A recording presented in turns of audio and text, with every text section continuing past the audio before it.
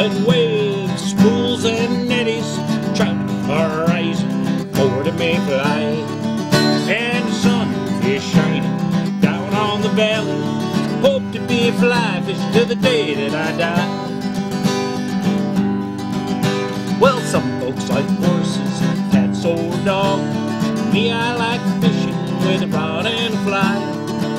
Yes, fishing is favorite pastime of mine. If I couldn't do it, I think I would cry. Well, life is good when I'm wading a river. It gets even better when I cast a fly. If I catch a trout, it don't really matter. It's fun just to be here and give it a try. Spring has thawed out the long bitter winter. The water is clear and the skies are blue. I'm standing in the middle of the Delaware River. Might even catch and release one or two. Stoneflies and caddis and the riffles are plenty. Mayflies a courting on fragrant breeze. The cedar waxwings come down from the heavens, wait for their dinner up in the pine trees. A trout is rising in the far eddies. I make a false cast, then take my aim. If he takes the fly, I feel so much better, and if he doesn't, I'll feel no shame. The water is cold and my waders leak. It's raining down on my favorite stream. I'll bear it all just to fish with a feather, so when I sleep I will have a sweet dream. Life is good when I'm wading a river. It gets even better when I cast a fly. If I catch a trout, it don't really matter. It's fun just to be here and give it a try. Oh, ripples and waves, pools and eddies, trout are rising over the dry fly. The sun is shining down on the valley. Hope to be a fly fish till the day that I die. Yes, I hope to be a fly fish till the day that I die.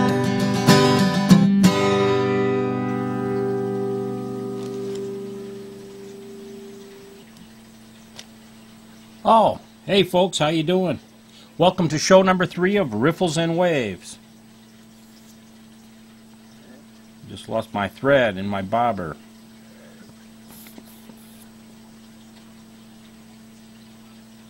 There we go. Anyway, hey, welcome to today's show. Today we're gonna, last week, let me go back.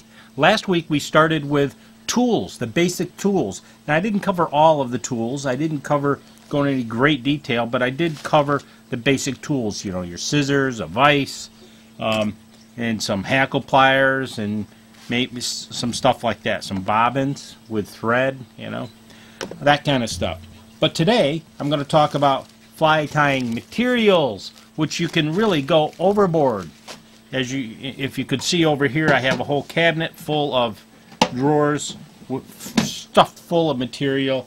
I have stuff all over the place. I got bags of stuff. I got stuff everywhere. I mean, it's just overwhelming. You don't need all this stuff, okay? All you need is some dubbing, some hooks, a few hackle feathers, and some head cement, and you know, some of these tools, and you can be tying flies that will catch trout, bass, and other fish. Okay, so don't think that this show is just about trout fishing. By no means. A good book is called Bass Bug Fishing. This is tying, talks about fly fishing with bass bugs, and for smallmouth, largemouth, and bass like that. I also know of a guy, in fact, I hope to have a picture on the TU newsletter one of these days, the Al Hazard Chapter newsletter, which I also produce. The northern pike, and this is a northern pike, but a fella out in the Susquehanna River here catches not northerns, but muskies that are 47 to 50 inches long. So don't think that this show is just about trout. It's about bass. It's about fly fishing, and fly fishing isn't just for trout anymore, okay? Fly fishing is taking off all over the world. People catch carp, people catch, go deep sea fishing for all kinds of fish. In fact, I may show some of my pictures from a fishing trip that I did down in Pensacola, Florida. I didn't have any video because I flew down. I didn't take the camera or anything, but it was a great trip. And I used a fly rod all day long, catching sea trout. I caught a flounder and other things. So don't think this show is just about fly fishing for trout. Now, the Orvis book is probably one of the best catalogs. It's a complete, unabridged fly pattern index. And it has basic instructions, which are what I'm going to be covering in this show, and talk about some of the basic principles of feathers and wings. And it also has all the fly patterns. So if you want to get a present for your birthday, tell your folks or your spouse or a friend or somebody to buy you this book. This is a great book. I also have Fly Tyer's Manual, which I have a lot of books. This is a great book. It really shows you in depth on each fly the type of things you're going to be doing for those. So not only do you need materials, you may want to purchase some books that will help you identify flies and learn how to tie them. We're not doing a rod today, so I don't need that book here. Now, another great resource is the web. If you go online and look at Hook and Hackle, I think it's, what is it? hookhackle.com. HOKHAC.com. They have fly patterns, and the recipes for all these flies are right there on the web. So if you can get on the web, not only send me an email saying hello and ask me a question, Curtis Mayfly here, and my address is avkurt@mac.com. So if you want to email me a question or any comments about the show, I'd be happy to talk to you online through the email. Email is great. I love it. And anyway, let's get into some of these materials. Now, an important thing is thread, and I like olive thread. And I don't know if I said that before. Olive on most flies looks more lifelike. Black on a head, if you have a black fly, yes, black is good. But on most insects, they aren't totally black. And you have to remember, too, when the thread is wet and soaked with head cement and stuff, it does change color underwater. So always keep that in mind, that when you're tying flies, you're tying flies as the colors you see them here. You have to remember that when they get wet, they change color, and most things get darker. So tie on the light side, and it will get darker underwater. So that's another tip. I just developed a fly here. I call it the Maroon Goon. It's a little nymph here, and it's got kind of a maroon colored dubbing with a overwing. A very simple fly to tie, and I'll show you how to tie that one of these days. It looks like a pretty good fly. I mean, I just sat here and designed it myself, and my hockey team at the Polar Cap is called we're the Maroon team, and I tied this in honor of our team. So our team not only has a pretty good winning record, we also have a fly tied named after our team. So that's pretty cool.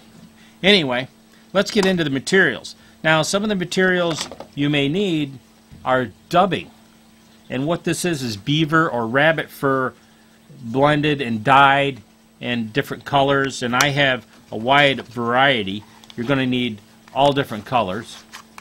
And again, you don't need to buy all these little packs. You could just get a light olive, and a light tan for your tan caddis, and then maybe a lighter cream colored dubbing. And you can blend those three colors to make whatever color you want. Now, And when you're talking about dubbing, what dubbing is you wrap the thread around the hook, and then you add some wax to it. Wax is something that you may want to buy. You buy one of these, it lasts forever. It's just dubbing wax. You put wax on their thread, stick some of the fur, the dubbing fur, to the thread, and wrap it around the fly. And I'll get more detail with dubbing as we move on down the road, but that's what I'm talking about was dubbing. Now, there's a lot of materials you can use for dubbing, and I have a wide variety here. I have, this is red fox, and this is very nice fur. And I have gray fox, and some more gray fox, and some more red fox. And these are little packages of fur, and the colors and the texture are what make it work well in the water. Here's some beaver. This is, I believe that's beaver. It's either beaver or muskrat, but it's very soft, very nice, a lot of downy type material in there, which is a lot of what you use. You also use these long guard hairs for tails and wings and things like that. So that's some of that material. Here's some more, this is red fox. This is belly fur. Okay. Let's stick with the dubbing here before I go hog wild. I also buy these larger boxes, these boxes kits, and they're nice because they got little holes, and you can just pull out a little bit of dubbing at a time using your dubbing needle, and it works out great. And you can also buy these, and these are like 12 bucks, but you can get these. This is a nymph selection with sparkle hair in it, and this is just beaver dubbing. So that's beaver fur is what that is. Okay, so that's pretty much dubbing. We covered a lot of dubbing. Another body material that folks like to have is chenille. This is a light olive chenille. It's real nice material. It's soft, and it wraps well around the fly, the fly hook. And I dropped something here. And but this is nice. This is wool. This is a good material. It's dark. You can spin it and make tighter bodies. And this is used in a variety of different ways with flies. A lot of these are used on nymphs, muddler minnows, and things like that. But it's always good to have some of that stuff around. Where did that come from? Right there. Okay. And if you're using black chenille or olive chenille, you may want to have some marabou. This is yellow marabou. It comes in black, olive marabou. It's a real fluffy kind of, it's like really light stuff, okay? And it does make a mess all over the place. But it's used in the woolly bugger and some other flies, okay, streamer type flies. So let's throw that in there before it gets all over the place. And another pretty cool material is called Flashabou. Okay, this material here is really nice for streamers because you take out a piece like that, fold it over. Okay, so you use double that, and this is neat because when you use head cement on it, the head cement melts the plastic, this plastic material a little bit, and you can actually shape it to make a head. Okay, so you put a lot of head cement on it, let it sit for a while, and put a little Vaseline on your fingers so your fingers don't stick to the glue, and then you can actually just shape that head to the shape that you want that head to be. And here's some orange Flashabou. This is pretty cool stuff. Again, you don't need all this stuff. I'm always buying thread wherever I go, and here's a couple of spools of yellow for my sulfurs or my cream light Cahills and things like that. I'll use a different color thread, so keep that in mind. You need thread. You also need tinsel of various kinds. This is like a Flashabou type tinsel, and I don't know if I got any here. Yeah, here we go. Way down the bottom of my fly box. This is really small tinsel. You can probably barely see it. This is thin. It comes in 3 or 4 different thicknesses, and it's gold on one side and silver on the other. So depending on what fly you want, if you want a gold ribbed body, use the gold side, and vice versa. Another material you may need is, this is non-toxic lead wire. It's not really lead, but it is a wire, and you use this to add weight to your flies. It's against the law to use lead anymore in New York State. All your sinkers have to be non-toxic forms, so keep that in mind. And this is a holographic tinsel. This is pretty cool stuff.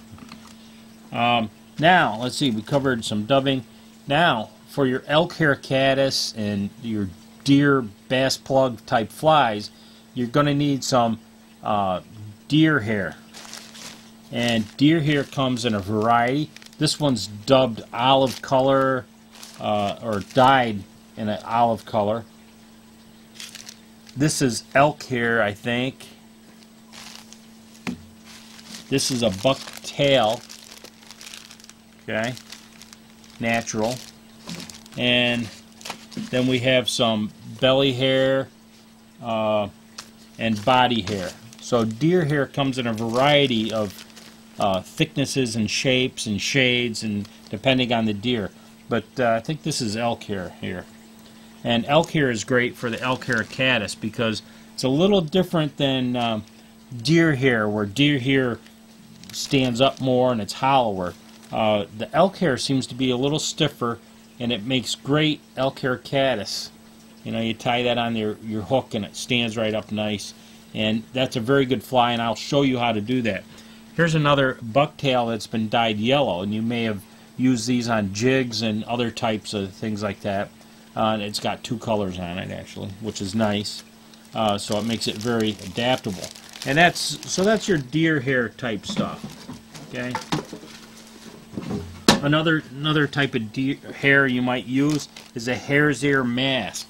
You buy one of these for $2 or $3, and it's got a variety of colors in guard hairs and all kinds of cool colors. And this is used for the deer, what is it? The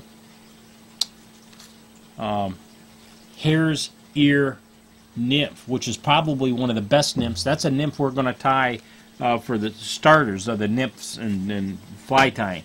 So we're going to do a hare's ear nymph to start out. Here's another neat type of fur, and this is moose hair. Okay, this is moose fur right here, and it comes in. It's really cool because you get black, brown, and white all on one piece here. You got 3 different colors, and you can blend those 3 colors to make different shades bodies. This one's browner, and this one's, of course, a much darker, blacker color. So that's another type of fur that you would like to have. And again, you don't need all these. And then we have mallard flank. This is great for wings and tails. And I'll show you how to cut this, and we'll be making wings on your dry flies using a little piece of this. So this stuff is pretty cool.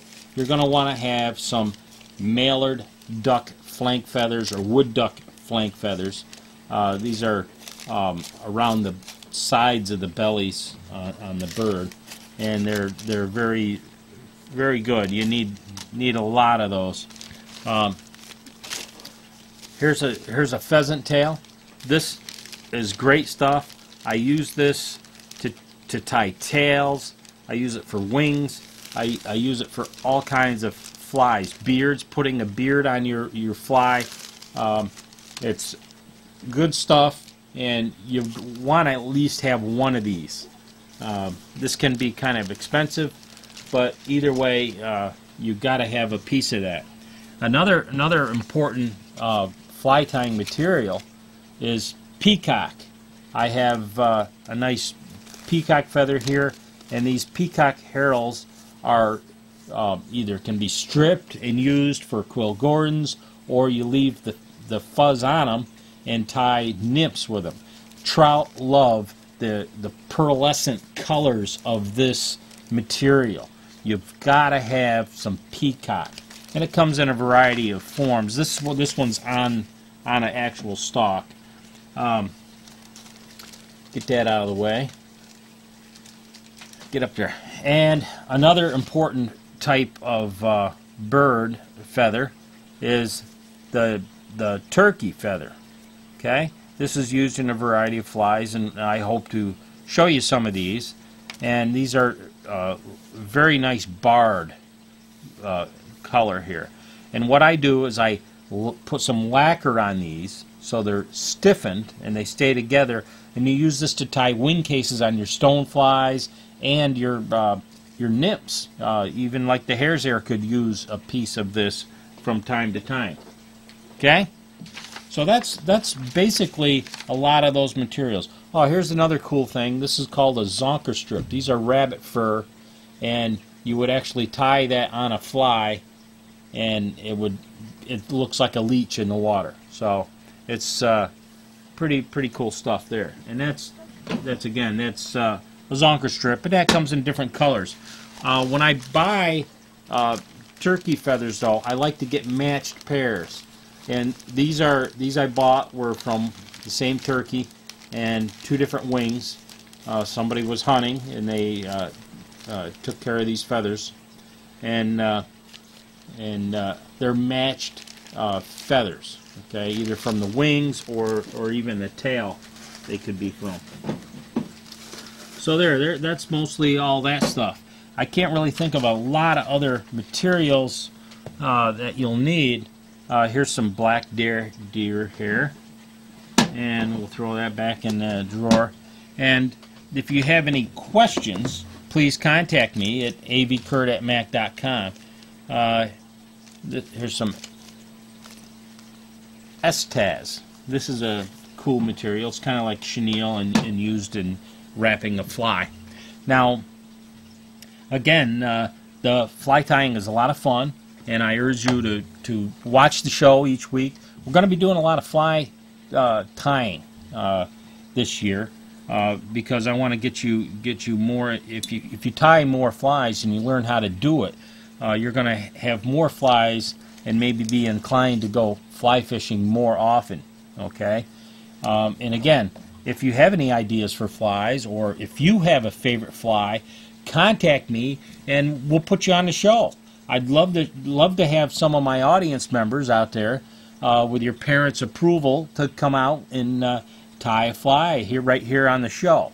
Okay, so that's an invitation to you, the viewers out there, to come on the show and tie your favorite fly for everybody out there. Okay, and I hope you contact me at avkurt@mac.com. Another thing you can do is that Ale Hazard Chapter Trout Unlimited is having fly tying classes in January, I think February, and you can look in the paper under Dave Henderson column there to find out the dates for the fly tying class. It's a very popular class, and the only cost of that is for the materials, and as everybody knows out there, materials are very expensive. So I think the cost of the class is like $40. But again, that's for the materials that you get to keep. Okay? No tools are necessary. We have vices and we have scissors and stuff like that that you can borrow to use during the class. So keep that in mind. Now, I don't know how much time I've taken up so far, but what I'd like to do is show you a little film called Live Bait. And maybe this is why I prefer to use dry flies. So have you taken any fly fishing lessons? No, but how hard could it be, you know?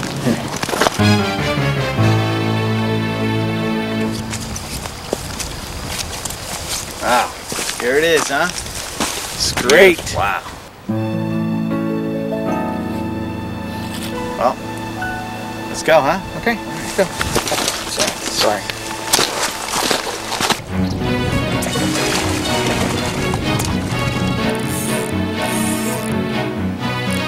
I get a little help right here? A little help? I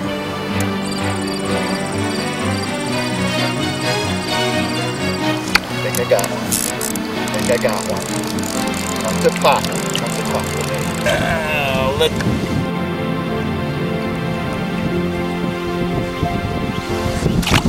I tell you, I don't think there's any fish in this river. You know, I agree with you. I don't think there are any fish in this river. I mean, this is just ridiculous. 2 hours and there's not a... You guys look like you could use some help. Hey man, what are you doing? What's wrong with you? You're crazy. You guys know this is private property? We know what we're doing, all right? Just get lost, Yeah, okay? get out of here. All right then. I'll catch you later. Yeah, much later. See you around, buddy.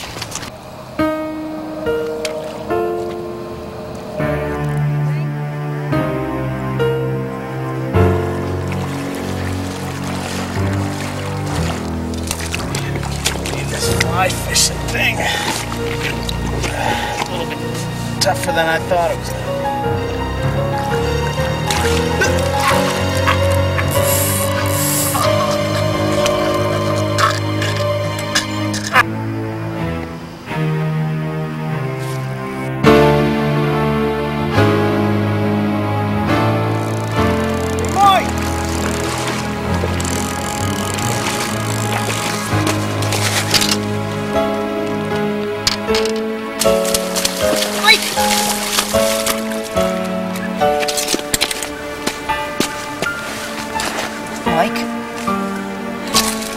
Mike? Oh my God.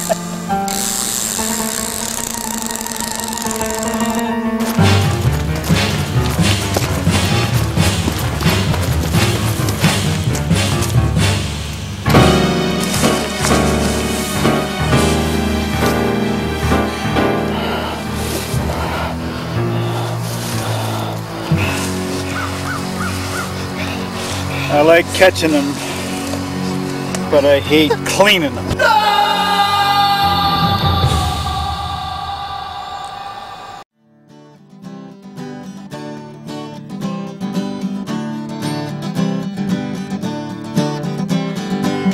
Walking down by the river, what do I see? Fish swimming in the water, right by me. Turtle all day long, poking up in the sun. Ducks feeding in an eddy, looks like a lot of fun. Come on now, people, won't you listen to me? The river is a beautiful place to be. Walking down by the river, what do I see?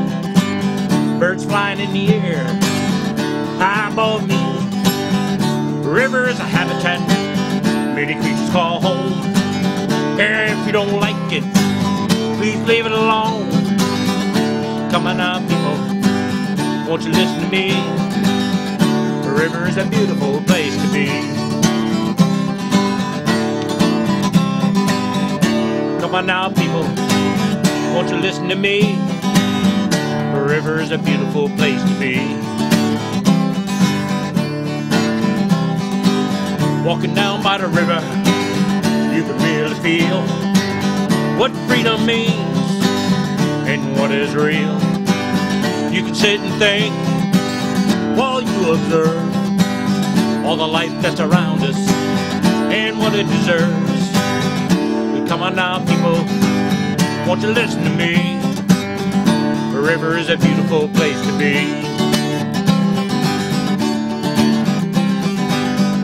Come on now, people, won't you listen to me? The river is a beautiful place to be.